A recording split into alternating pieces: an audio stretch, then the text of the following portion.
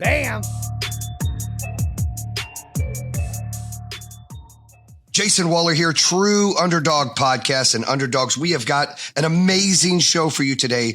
Real entrepreneur. I mean, this guy's a professional copywriter, a closer, an entrepreneur, a speaker. He has a podcast show. He is the man. He brings high energy. He is a true underdog who goes out there and empowers millions and gets them motivated to change their life. Mr. Dan Lok, how are you doing? Thank you, Jason. Happy to be here, and I'm looking forward to empower and educate your audience. Thank you so much. So I just watched the video a few minutes ago just to kind of get a reminder of your childhood and the things that you overcame really from that dictionary, you know, that computerized dictionary your mom bought you. Why don't you let the listeners and viewers know exactly what Dan's childhood was like and what you went through? Your show is about underdog, and I do view myself as an underdog. My mom and dad got divorced when I was 16 years old, right? I just immigrated to Vancouver, Canada, and I couldn't speak a word of English. So if you can imagine moving to a country where you don't speak a word of English, right? Mm-hmm. And so growing up, I had a tough time. I got bullied, I got beat up in school.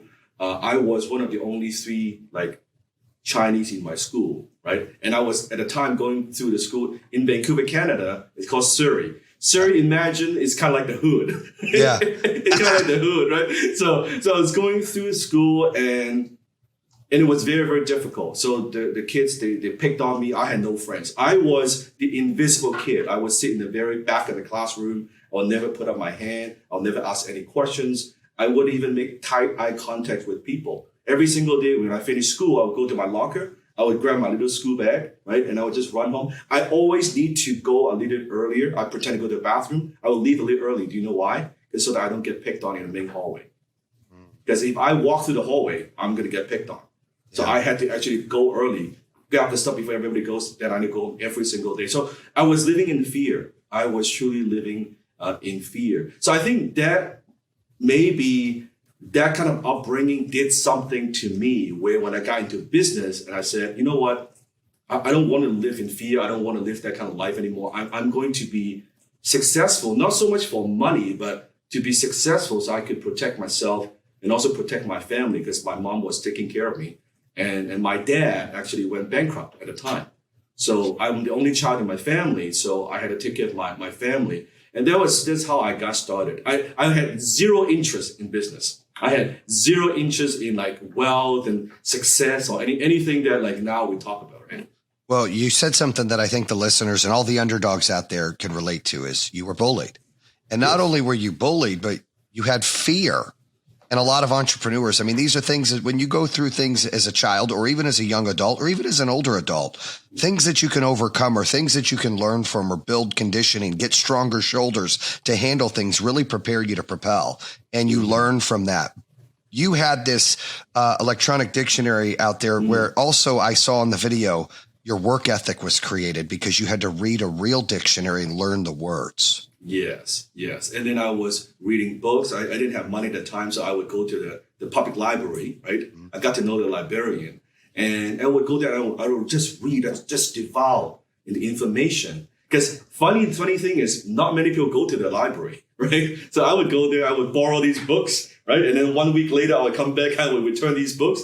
And the librarian was like, well, Dan, you're kind of like an interesting guy, borrowing all these books and learning and all these things. But I think that moment, I realized that what I don't know could hurt me, right? So it's very out of protection, out of survival. I wanted to learn. I still have that desire, the obsession. I still learn. I'm still a great student. I'm experiencing. I'm a great leader, but I think because I'm a good student. I'm not saying I'm a leader. I'm a student of leadership. Right. And everything I do, Jason, I know if you talk about closing, sales and social media, nothing I do is talent based. Everything I do is technique based because I couldn't have the talents when I couldn't speak the English. There's no way. Right. I couldn't speak language. How could I have talents? So it's everything I do. I know how to do it. I know why I do it. And I had to hone my skill sets over the years. Right.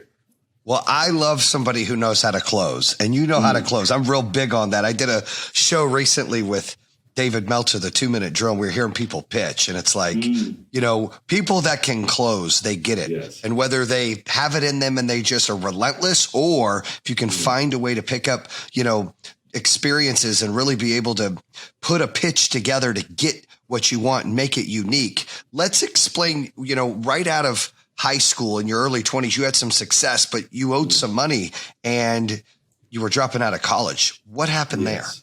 I remember. I have a great research team, and I've done my background. I'm like, I want to, get some things going here. I appreciate that. And again, not many interviewers, they do that type of research. I appreciate that. So I was already building my business, right? I was being an entrepreneur, but I was coming from an Asian family, like my mom, right? So when you grow up in a traditional family, it's like, I remember my dad told me many years ago, hey, Dan, I want you to know, you can pursue any dreams you want, any goals that you want, as long as you want to be a doctor, lawyer, and accountant. One of those three. You can do whatever you want, as long as one of those three, right? Right. And so when I told my mom that I'm going to quit school, I just want to do business full time, because I was getting so bored from going to college. You should see the look on my mom's face. It's like as if I did something horribly wrong or something like that. Like, she's like terrified. Mm-hmm. And I remember she's like, okay, we're not going to talk about this, Dan. We're going to have like a lunch Sunday. So my mom booked a table, like in a place having dim sum, right? And then it's me, and my cousin, my relatives, my uncle, my mom, full circle. I call it the dim sum ambush, right? They spent 4 hours trying to convince me why I need to stay in school. Right, so I'm like, talk about handling objections, right? I'm you were learning quick. You were learning quick. Yeah, so they're doing this, right? So here's what's funny. By the time 4 hours are done, one of my uncles actually loaned me money to start the business. That's right? awesome. Good. He's like, hey, you know what? Everything we say to him, he's just persistent. If there's a guy that can make it, it's Dan. So let me loan him some money. So he kind of got me started and things like that. So it was that kind of experience. And when no one believes in me, and because my family, it's kind of, I would say, lower middle class. They're not entrepreneurs, right? My dad was kind of in business, but he wasn't a successful business person. Mm-hmm. And none of my relatives, they're entrepreneurs. So it was kind of weird when I said I'm going to be an entrepreneur. So it was a fun experience. I know I couldn't spell entrepreneur. Even when I won the EY award, they had a little video of me trying to spell it. I'm like, I don't know how to spell it, but I'll try. And I failed miserably. And so neither could my parents, and they weren't entrepreneurs either. So I totally get that. And you convinced your uncle. You were learning to pitch and close at an early age. You got them to believe in you. I saw a video of you advising young entrepreneurs. At one point, you said feeling overwhelmed is a good thing. Explain that. Because we've been taught since childhood that when we feel overwhelmed, I feel so overwhelmed, there must be something wrong, right? There must be something wrong. But Jason, you and I know as an entrepreneur, if you're not feeling overwhelmed, chances are you're not growing, right? That means we're staying in that comfort zone. So what I notice is, instead of looking at it as a negative emotion, right? If we just reframe it and say, if feeling overwhelmed, that equals we're growing, that is actually a positive emotion, right? If it's a positive emotion, it's just how we deal with it. So the chances are, if you're listening, you're watching this, if you feel overwhelmed, it's not because you feel like, oh my goodness, I got a million things to do. I got to do this, I got to do this, I got to do this, I got to do this, I got to put up this fire, that fire. No.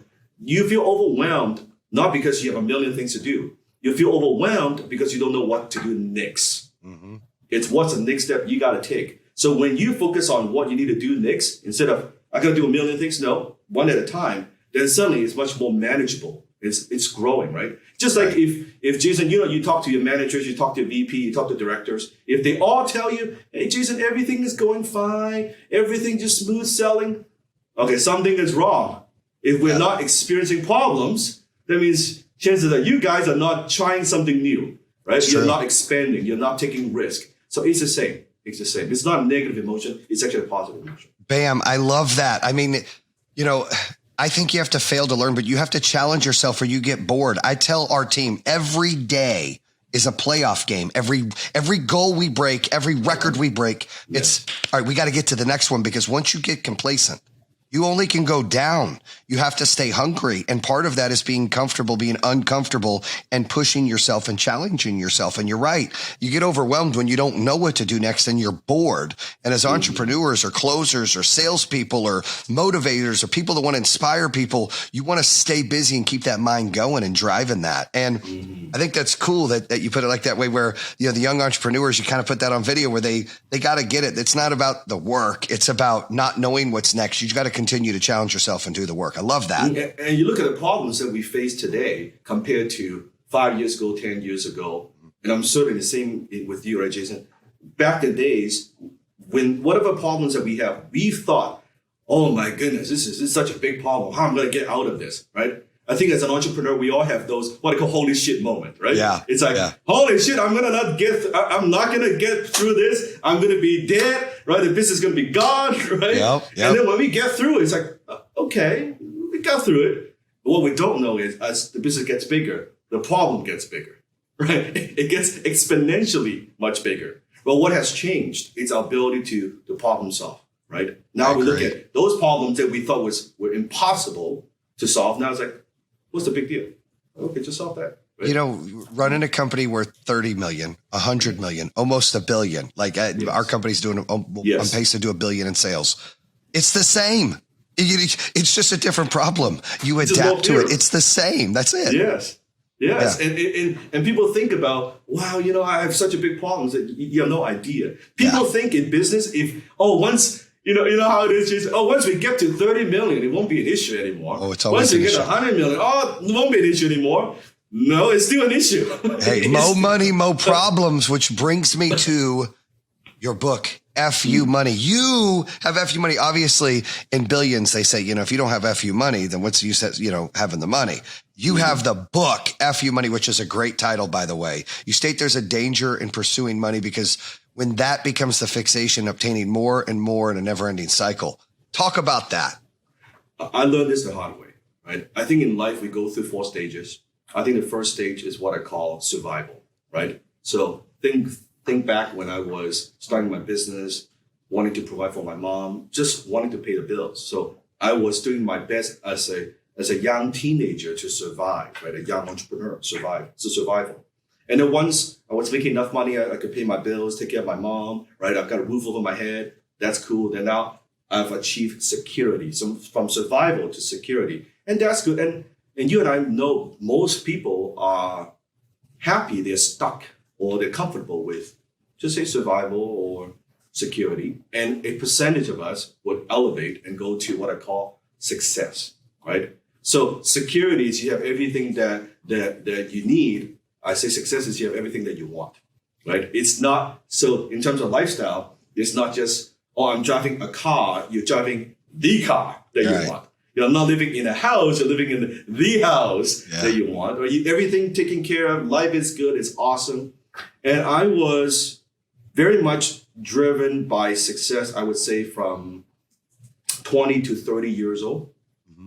And I was obsessive. And just like most of us, it's win, right? It's success, it's all those things. And when I hit 30 years old with Jenny, my wife, right? At the time we were not married yet. And one day I wake up in the morning and I've got tears coming down my cheek. Now, Jason, I don't cry. Like your men usually don't cry, right? Right. I was bawling. And Jenny was looking at me and says, what's going on? Like, are you sick? Do we need to go to the hospital? Are you not feeling well? Like, are you in pain? I said, I'm not in pain. I'm just depressed. I have this void. I'm just depressed. Like it's uncontrollable tears. It's very weird. I scare myself. And I didn't know what is going on. And I had the conversation with her. I said, I'm not feeling physically sick, but there's something going on inside of me. I don't know what it is. So I kind of went on kind of like a little soul-searching, self-discovery journey. I don't know if it's man hit 30 years old or something. Then I started questioning, okay, so now I have lived with success, right? I have accomplished something. I've got a good lifestyle. Then what, right? What's next? Do I need another car? Not really, right? Do I want another house? Not really, right? So what's next? So that's when I discovered there's a last stage, which is significance, right? Success is getting what we want. Significance is getting what we have. So then I asked myself, and I talked to some of my mentors. I said, what do you guys recommend? What do you go through? Like, how do you suggest that what should I pursue? And they said to me, they gave me very good advice. They said, okay, now, Dan, you could start a business not coming from a place of you want to get something, but if money was no issue, what would you do? Right? I said, I want to teach. He said, why do you want to teach? Because as a young kid, when I was in school and I was getting beat up, right? I was actually just learning martial art. And at the time, my dream was actually become like opening a dojo, right? Kind of like Cobra Kai. I want to be like a sensei instructor, right? Right. That's my goal. And now, fast forward, I'm like, if I could build a business, that's what I want to do. And that's what I did. And that's when you can see on social media while I'm creating content and do all that. And so I built, in some way, my organization around my passion, my purpose, so that I can make a profit from it. It's great. But that's everything I do, the investment, everything I do, it branches from kind of this dream or this desire that I had when I was a young kid, if that makes sense. No, it does. And I love that because I think I've been there before. I got to buy a Lamborghini. I get to travel on private jets. I get to do all these things. And I came from nothing, trailer park. And when you get that point, and I've got rid of the Lamborghini, there's no reason to have it. I got a Porsche now, right? It's more simple, right? You grow up a little bit sometimes. And, but I told my wife, I was depressed too. I was seeing a therapist, and I told my wife, like, something's wrong. There's nothing to chase. And I love to win, and I love to empower people. And that's kind of the reason why I wanted to do a podcast and a book. I was talking to my therapist. She said, the bigger you get, the more successful you get, the more depressed you get, the smaller your circle gets. There's nothing to chase anymore, and you got to find something else. So in my book, and I always say this, success is fulfillment. Yes. If you find something you love, if you find something that changes or empowers or helps or puts a dent in the universe, then you can't buy. Doesn't matter how much money you got. If you help somebody and you do make a difference in someone's life, that is what I chase. And running a business, I'm still going to do that because it pays the bills. I like to have money and have wealth for my kids. Yes. I get to empower all my employees to make as much money as possible. And we're going to go public soon. So they're going to have, life-changing events. But the podcast and the book, and it sounds like you're doing what you love too. You're empowering and teaching people. And that's success because you're fulfilling something in there that a car or a jet or a home can't fix. You and I both know. I mean, once you get it's like the Lamborghini is nice, but then you and I know how inconvenient those cars are. It's the worst. They ride it's hot. It's gross. Pain in the ass to park, right? And you get key, and it's just a pain in the ass. You're like, valet, do you know how to do this? No. Damn. All right, I got it. This is a pain in the ass. I agree. Yeah, it doesn't improve the quality of a lifestyle, right? But we all have to go through that. We all have to go. We do because we were kids and we didn't have it. We're like, we at least got to have it. And then when you get it, you're like, once we get it, our system. There was no parade or fireworks. I was like, this is bullshit. Nothing magic happened. This is bullshit. It's not like how we envision it, right? Right. But like you said, I love you doing the podcast, the book, because you're not doing it for the money. Nope. You don't make no money from it. Right? No. So, but it's much more about, hey, now I can do whatever you want, right? I want to connect with entrepreneurs. I could do that. I want to put my thoughts on, because I think at the end of the day, this is my belief, right? This is my belief that people talk about legacy. We know when we are done, right? The last day on earth, no one really cares how much money you have. Amen. No one really cares if, you've got the Lamborghini, you got a big house, it's like we own those things, but we really don't own those things. That's how I see it, right? Mm-hmm. It's a little bit more philosophical, but what gets transferred and passed along is our ideas, our philosophies, right? Just like you see how thousands of years, right, certain philosophies, Plato, Confucius, they're still there. Teachers impact millions of people. Mm-hmm. So I see myself doing that. I'll do that until I'm 80 years old, as long as I could, right? I tell all my students, I said, I don't like to fish. I don't like to golf. I like to teach. Like, this is my golf. So let me do that. I think we might be related because I hate fishing and I hate golfing, but I love teaching. I can't, what's the like, I'm bored. I'm like, I can play. I just played in a golf thing the other day. I'm like 3 holes. I'm like, can we be done? I only went to 9 and I drove off the course. I had enough. Yeah, like, I can't do it. I can't do it. I can't. But teaching, connecting with other people, like I like this. I could do until I'm 80 years old. In a wheelchair, I'll be like, willing in, give me that mic. Give me that mic. Let's go. Well, you're great at it. I've listened to your stuff. I'm a huge fan, and you get it. And I mean, it's exciting to, hear your story and see how you do that. Let's talk about the wealth triangle, right? You have this concept called the wealth triangle. You defined as 3 pillars to progressively increase your income and start building towards a real long-term wealth. Explain that. So, because I was very much interested in success, I started looking at all the wealthiest people and I interviewed them, I talked with them and said, okay, how can I, because there are a million ways to make $1 million, there are a million ways to make $1 billion. Like there's so many different businesses, so many different verticals. So I look at my own life and I want to put together a framework, a concept that I could teach to others. Because I get these questions all the time.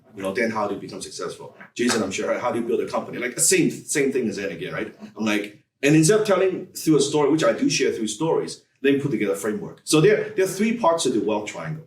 Okay. The first part is what I call high income skills, right? For anyone getting started, I define high income skills as a skill that could potentially generate $10,000 or more per month. Now, it's not a ton of money, right? It's 6-figure income. It's still a decent amount of money. But for anyone getting started, now with high income skills, you're still trading hours for dollars, but you're trading your hours for high dollars. Mm-hmm. And why that is so key is you and I both know in order to create wealth, to get that first initial stage, we need income, right? We need income, right? I'm not a big fan of, don't drink that latte coffee in the morning and save $5. Like, what difference does it make?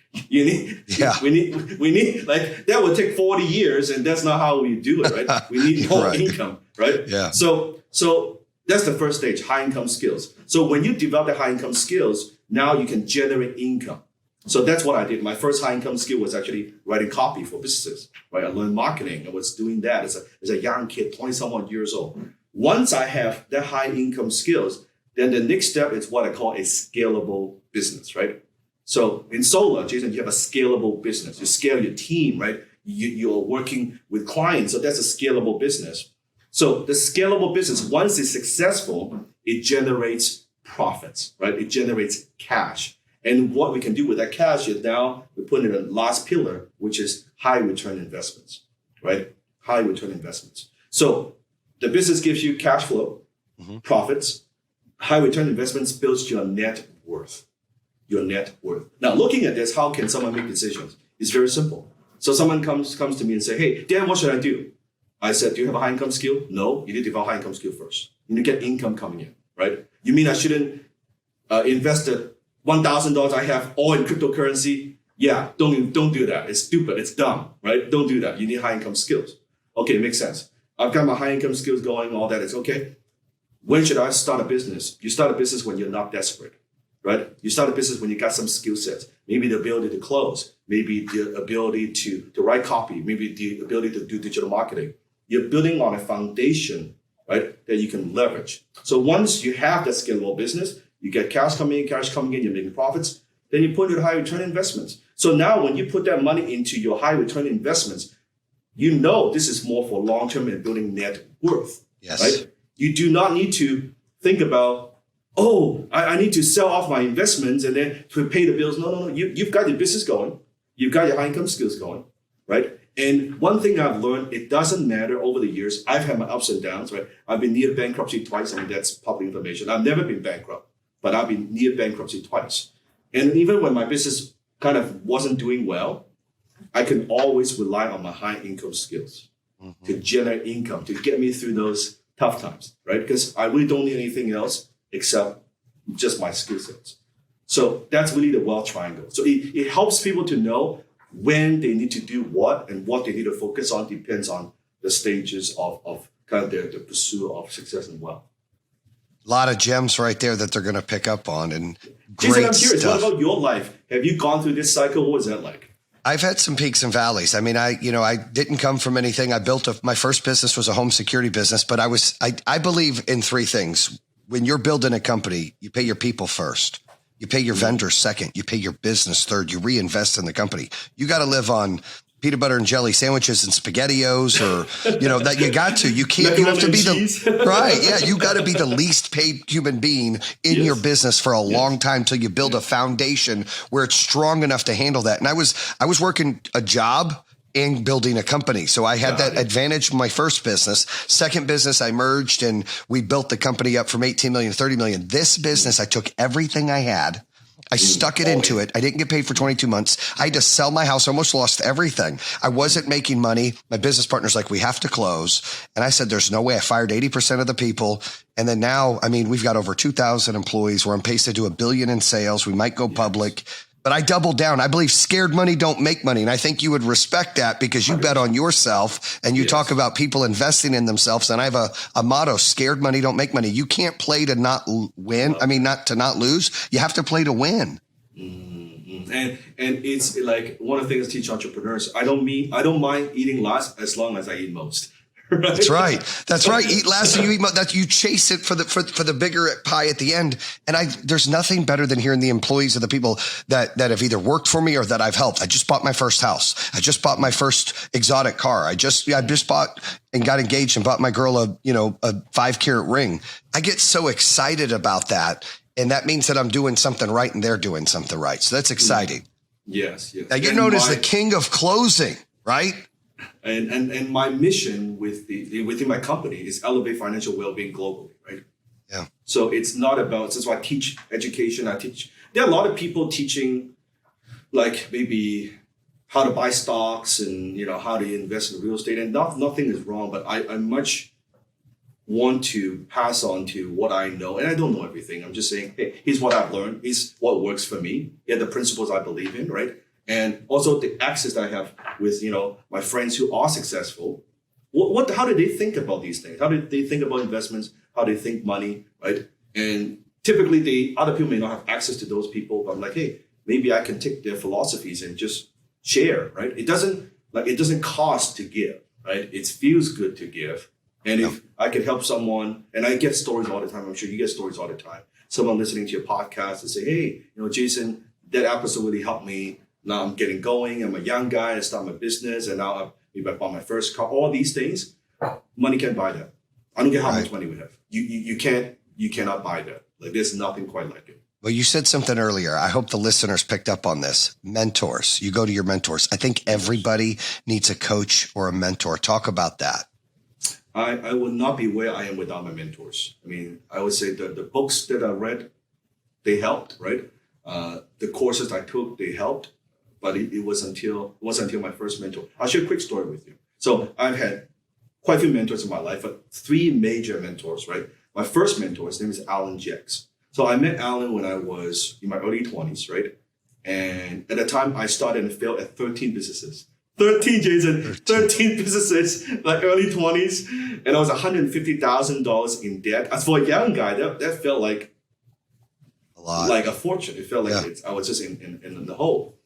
And when I met my mentor, Alan, he took me under his wings. I worked for him for almost 1 year for next to nothing, really. He was running a company at the time. He was actually the founder of a real estate investment club in Canada, very successful. So very successful guy. And he taught me marketing and taught me copywriting. And one of the key lessons that he taught me was to build this skill and everything else. And I remember a story. I'll share this story with you. At the time, we had lunch at Olive Garden, right? After it's done, I would drive him in my little lemon car, right? Drive him home, right? My Ford Escort, that was my car, right? Yeah. Drive him home, and I was asking him, I said, Alan, I'm thinking of changing my name. Now, at the time, my name was Daniel. It was actually Daniel Locke. I said, I think changing my name, and I'm driving, and he's looking at him, and he's like, okay, what do you think of changing it to? I think I want to shorten it to just like Dan Locke. Shorter. It's like, and he did this gesture. It's like, yeah, I could see that. I like it. I like it. I said, what do you mean? Like, what does this mean? He said, I could see that someday, maybe you do an event, you're teaching someone, see Dan Locke live. I said, you see that? I don't see that. I'm just a young kid, like learning copywriting. How do you see that? He said, no, I could see a banner with, I said, I think that's punchy. He said, that's a brand. And from then on, from that moment, in his early 20s, I changed my name, right? So he believed in me way more than I believe in myself. So he saw something in me. And all these years, I'm the only apprentice or mentee he's ever had. I'm the only one, right? So one more story. So because later on, he was diagnosed with Parkinson's disease, right? And he just couldn't work in business anymore. His health, he's still alive, but his health was deteriorating, wasn't good. So he was transitioning, moving from a big house to like a condo, so he doesn't have to take care of everything. Yep. So Alan has one of the largest personal libraries I've ever seen. Like it's gorgeous. Like it's got a beautiful library, like the bookshelves and everything. The books to him, I know, are the most valuable things because when I was working for him, that's all he talks about, like books and different, right? So he called me and said, "Hey Dan, I'm moving. Can you help me move the books?" I said, "Of course." So I went and helped him moving the books and putting in boxes and stuff like that. And he said, "I want you to pick the books that you want." Because he's going to donate them. He's going to do it. Pick the books you want. Because I know he's got some great books that it's very hard to find. Right? Yeah. So I pick all the marketing business. Are you sure, Alan? Yeah, put all the books in a box. So I picked, I think, 10 boxes of books. It was like a kid in a Candyland. I still remember the moment, like yesterday. I was taking the books out like to the trunk to my car, right? It was right in front of his doorstep. He touched his hand on my shoulder. He's like, "Dan, now these books are yours. Carry it forward." Love that. So he just kind of passed the torch to say, "Now I've taught you what I know. These are my most valuable possessions. Right? You're my mentee. Now I've got to go impact the world." He's not a man of many words, but he just... When he says something, he means it, obviously. Yeah. And then from then on, like I have all the books in my library, right? I'll never, ever sell those books. They're like my most valuable possessions. But that was my mentor-mentee story. So Jason, when you ask me how my mentors impact my life, I have 100 of those stories. But those are the two that stuck out to me. That's awesome. And I think it's so important that listeners know that you don't know everything. People don't know everything. You have to have humility and humbleness to have a mentor, to learn, to see things that you don't see, to make you better. I've got several stories too, just talking to coaches. And, I believe life and business are like a puzzle, and you got to find people around you that fit in different places, that are different than you, because we're all different, that have different attributes than you do. So you can grow and they can grow and we all can grow. And, there's some people think they know everything, and then they usually it doesn't work out for them very well. But when you're open to learning, and, I've got some mentors, and then I mentor some people, but it's in different things and skill sets that I have that someone else doesn't have, and vice versa. And it's just so important to have that. And people are scared to ask for help. Yeah, exactly. I was going to say that. Like most people are afraid to ask in terms of seeking mentorship. And the truth is, most successful people, they're generous. And chances are, that's why they're successful. They're go-givers. That's why they're successful.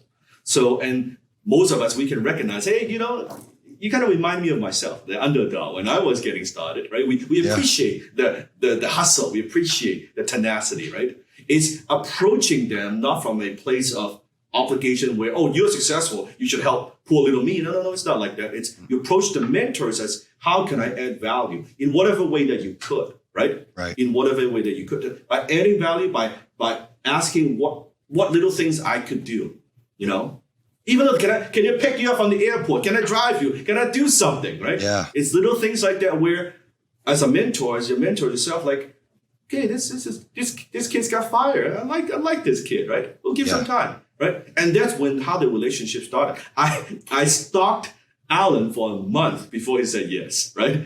I was showing up at his house. I was mowing his lawn. He's like, who the hell is this kid? What the hell is going on? Funny thing is the wife, Alan thought that he had an affair or something. He's got this Asian kid. What is going on? Oh my I said, goodness. No, I want to learn from the man. So I was doing everything I could. And finally said, okay, I need to take you on as a mentee just so you stop bothering me, right?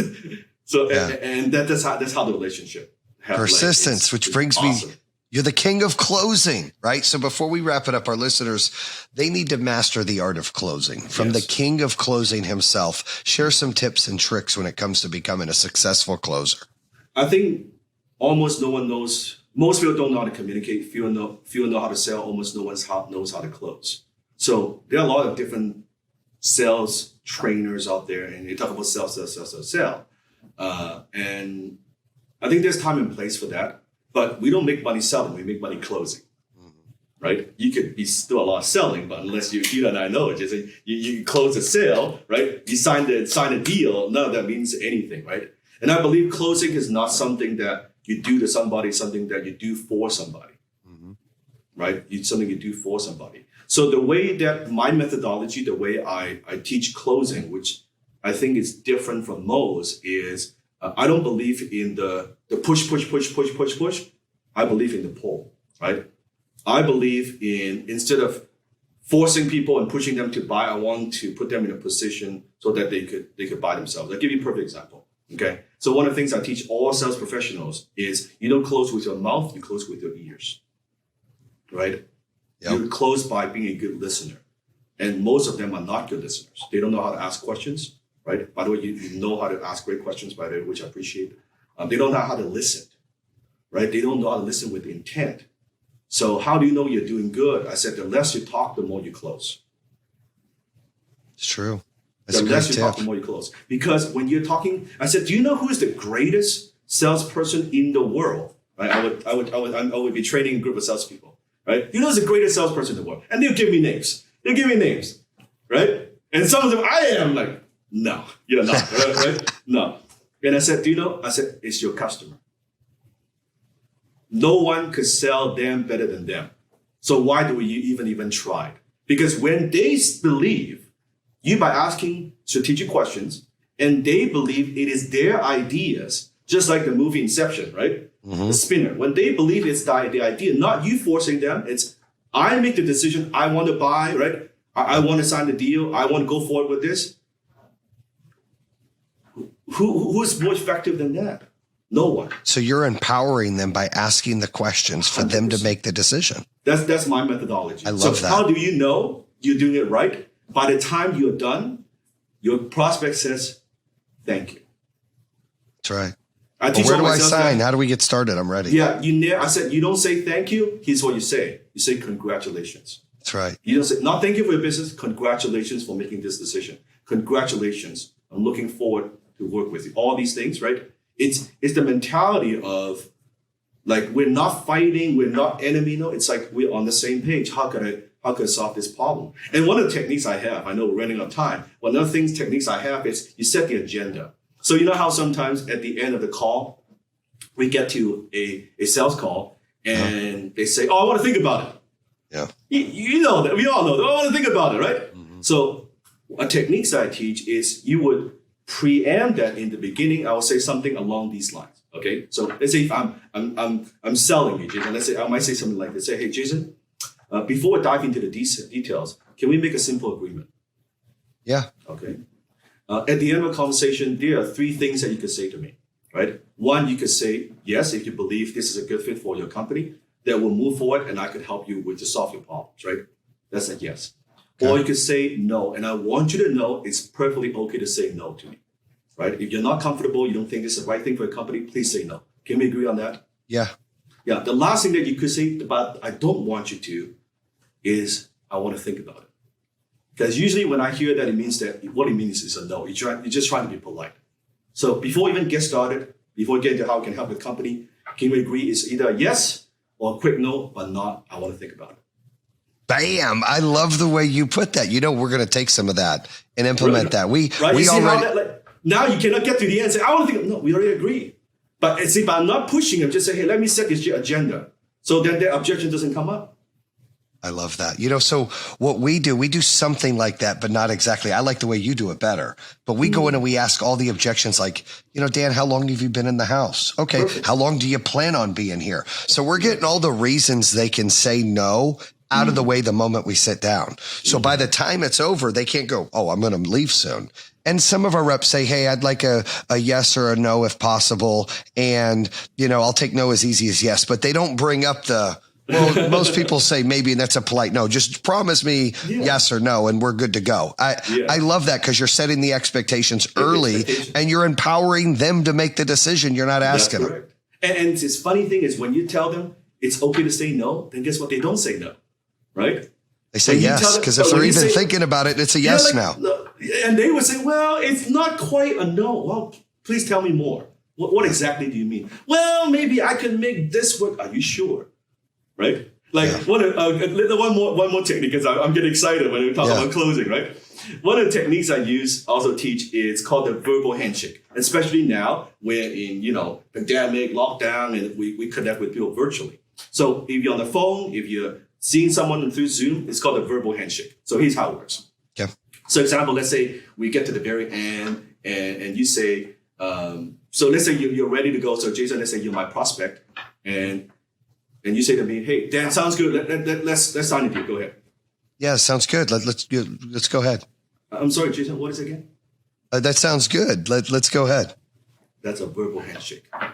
So you ask them to repeat it. I love that. Till we confirm. I'm sorry. Yeah, let's move forward. See, it's how you raise your voice a second time. Oh, yeah.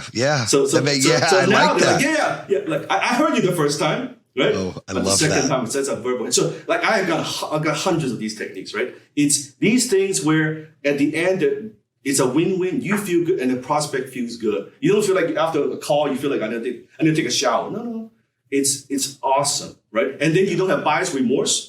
You don't have the refund. You don't have any of those problems because it is their decision. They don't feel like, oh yeah, I got tricked into buying this thing. I don't really want it. And no. And I would sometimes say, are you sure you want to move forward? Are you positive? People teach 100 ways to close a sale. I only have one sentence. One. I don't have 100 ways to close. I have one sentence. What would you like to do next? That's a good question. I like it. What would you like to do next?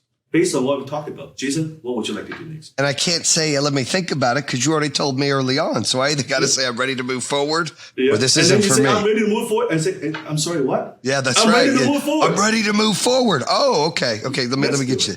I love that. Dan the man. Look at that. Okay.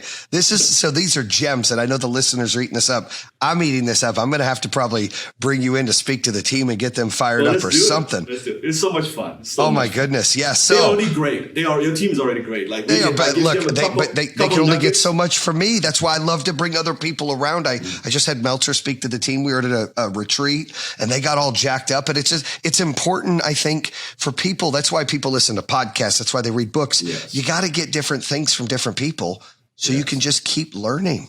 Yes. That's how we get better. I love it sales, it's closing, it's connecting with other people. We get excited about like talking, oh, that's a cool thing I can go implement. Like that's a cool thing I can bring back to my business. Right? That's what I love. I love it. So, here you have it. Dan the Man Locke is living, breathing legend of what an underdog is about. How can they find you? I know you got your show, but how can they find you, subscribe to you, be a part of your future? How can the listeners do that? The easiest way is just go to danlocke.com. That's my main site. And everything branches off from there, right? Because we are all a personal brand, right? We're all a brand. Whether you know it or not, you are a personal brand, right? That is your personal reputation. So danlocke.com, you'll find me on YouTube or Instagram. If you want to connect, just do that. Yeah, we're connected on Instagram. I saw some of your stuff, great stuff out there. I appreciate you. That's another wrap here at the top 3 entrepreneur podcast out there right now. We just passed Gary Vee. I got nothing but love for him, but we're still gunning for that number 1 spot. And Dan, the man Locke here on right here is going to get us to that number 1 spot. That's a wrap. Thank you, Dan, for joining us. Bam. Well, thank you. Bam. And that concludes another episode here on True Underdog. If you're interested in hearing more, make sure you subscribe at iHeartRadio, Spotify, Apple Podcasts, or the YouTube channel. You can always visit TrueUnderdog.com, subscribe to all of them. Make sure you check out our newest episodes coming out on Mondays and Thursdays. True Underdog, baby. Bam!